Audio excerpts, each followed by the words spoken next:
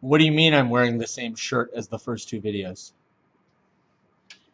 I have to get my production assistants to get me more wardrobe changes because when I drop the mixtape, I'm going to need more of a reputation for changing it up and keeping it fresh.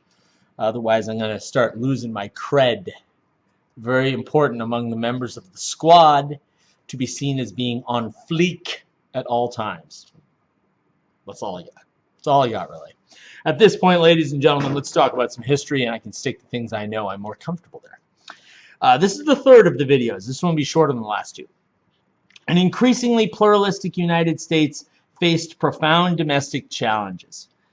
Theme 3, a revolution in communications and transportation helped to create a new mass culture and spread modern values and ideas, even as cultural conflicts between groups increased under the pressures of migration, world wars, and economic distress. Okay, let's start with some of these cultural conflicts. World War I and before 1920. How did the government limit free speech during World War I? We talked about the case of Schenck versus the United States. Charles Schenck was a member of the American Socialist Party, and he passed out pamphlets encouraging people not to enlist in the draft or not to sign up when they had been drafted for the war. And as a result of that, he's arrested and charged with treason based on the Espionage and Sedition Act. Now, is that a limit of his free speech? The Supreme Court is going to say no. That in these sorts of situations, if what you're saying poses a clear and present danger, that's the phrase, clear and present danger, that is not something you have a right to say. You cannot threaten the security of the United States. Now, how is he threatening it? Well, if he's successful, and if no one shows up to fight, then the government can't defend itself. Now, that's a lot of ifs. It's a lot of big ifs, but that's basically what he's saying. What led to the race riots and strikes shortly after World War I? Well, a number of factors. Let's add them together. The Great Migration, the movement of African Americans from the South into northern cities, is an incredible blessing to the United States from an industrial standpoint during the war. It meets a demand for workers during the war. But then the problem is that after World War I, there's a real decrease in demand for industrial work. We have a lot of African Americans are going to want the jobs. We have Americans who have moved out of the rural areas of America into the cities who want the jobs. And we're going to have guys coming back from abroad, soldiers, who are going to want their jobs back in a sense. And we also have new European immigration coming in. All of those people competing for less jobs makes for conflict. A lot of strikes that year and a lot of riots. The riots are generally racially motivated. They happen in predominantly mixed race neighborhoods or where those neighborhoods butt into each other. There's going to be a lot of fighting between whites and African Americans in the North. Now, the strikes are generally because workers think they deserve higher wages. That seems bizarre to you, right? That there are less jobs and yet people are willing to go on strike. It's because workers really think that they deserve a higher wage. They've gotten used to these government-paid, high-wage jobs during the war, and now that that's gone away and that's shut down, the society believes, wait a second, I can't cope with these low wages. 1 in 3 American workers go on strike in 1919. It is an incredibly clash-filled year. Evidence of the Red Scare. There's a real fear in America, and the strikes are really what's motivating this, that America is going to go Bolshevik. Like Russia, which had done it in 1917, only a couple years before, that there's going to be a genuine socialist movement in America, that the workers are going to rise. And people begin to fear that.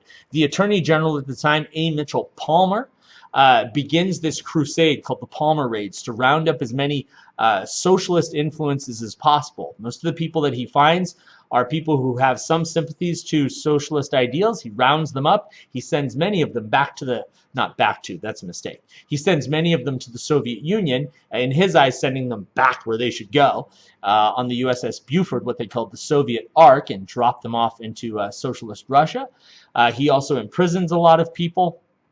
Basically, there's a witch hunt, if you like, a xenophobia that erupts during American society where we are trying to get as many socialist people out as possible. In the 1920s, our immigration policies certainly reveal it.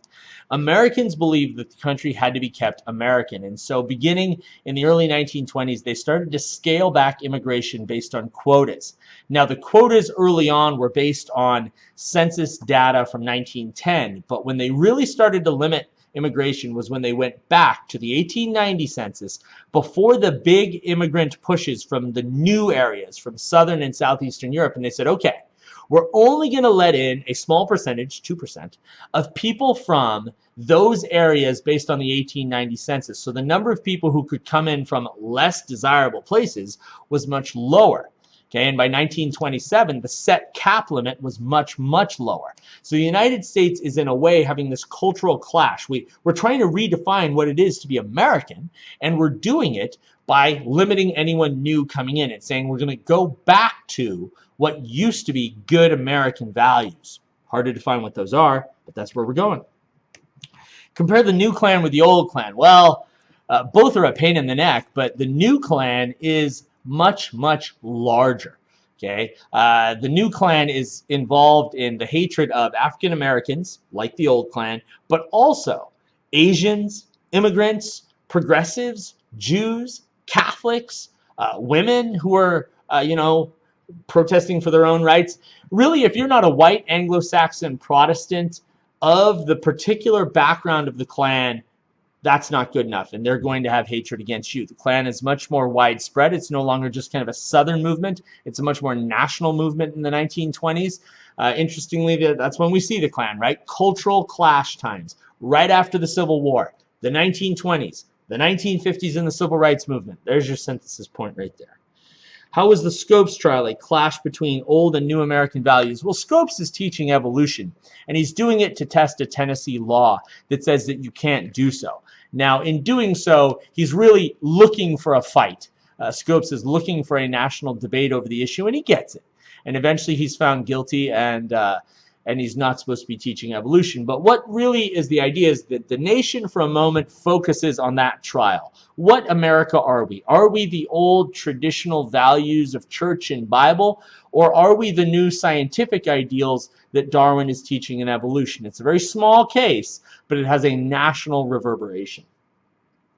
How do speakeasies and bootleggers reveal the cultural divide of America?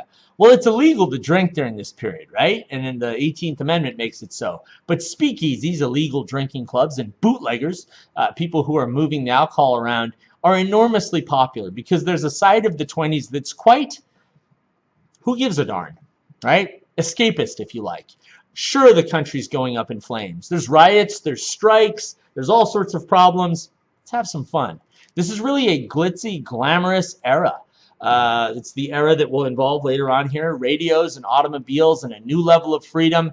And Americans, in a sense, are trying to get away from the problems that they associate with being the generation before. And in doing that, they're going to go to these places. They're going to enjoy themselves. They're going to say that their problems aren't something they should worry about. What events contributed to the Harlem Renaissance? The Harlem Renaissance is a cultural outpouring of music and literature and ideas coming out of the predominantly African-American community in Harlem, right? So what contributed to this? The Great Migration, individuals moving out of the South and moving into Harlem in the North and into other communities in the North, but also the experience of African Americans that's different from whites, that isn't really being talked about, isn't being expressed. The Harlem Renaissance is a good opportunity for those things. How did the mass marketing of each of the following affect Americans? Radios and automobiles. Let's address them together. Both allow Americans access to new ideas and a freedom that they didn't have before, right? The radio is entertainment. The automobile is the ability to be alone, to be somewhere else, to escape, to go, to drive, to have fun. So the 20s do have this image of consumption. We're going to buy some things like a radio or a car, but it also has this image of being a decade where Americans really want to get away from their problems. And both the radio and the car, to a different extent, allow you that escapism. Okay? Have a good day.